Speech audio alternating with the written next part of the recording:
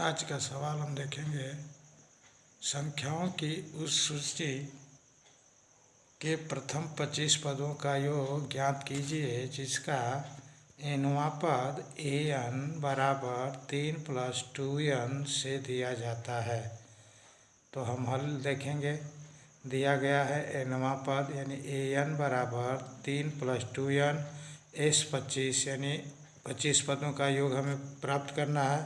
तो अब लिखेंगे n बराबर 1 2 3 डॉट डॉट डॉट रखने पर तो a1 बराबर देख सकते हैं 3 + 2 × 1 तो a1 बराबर 3 धन 2 बराबर 5, a2 बराबर 3 धन 2 × 2 तो a2 बराबर 3 धन 4, a2 बराबर 7। अब निकालेंगे d बराबर a2 - a1 तो 7 - 5 बराबर 2। अब हम s25 निकालेंगे तो देख सकते हैं s25 बराबर फार्मूला n/2 ब्रैकेट में 2a प्लस छोटा कोष्टक में n-1 कोष्टक बंद d।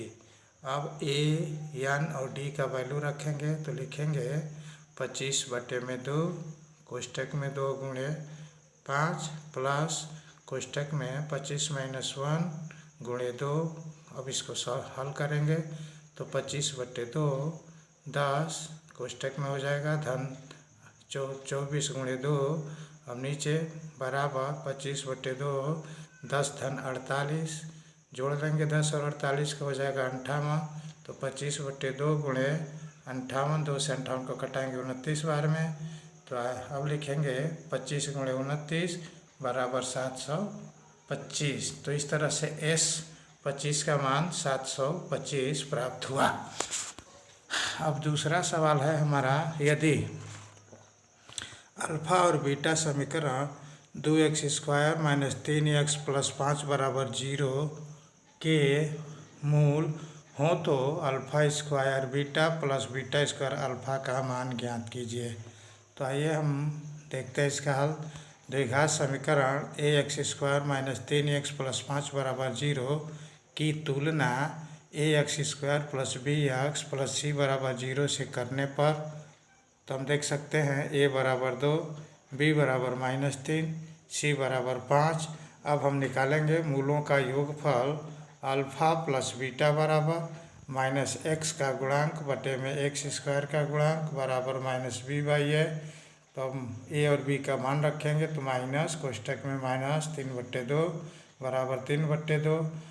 अब मूलों का गुणनफल अल्फा × बीटा बराबर अचर पद बटे में x² का गुणांक बराबर c/a।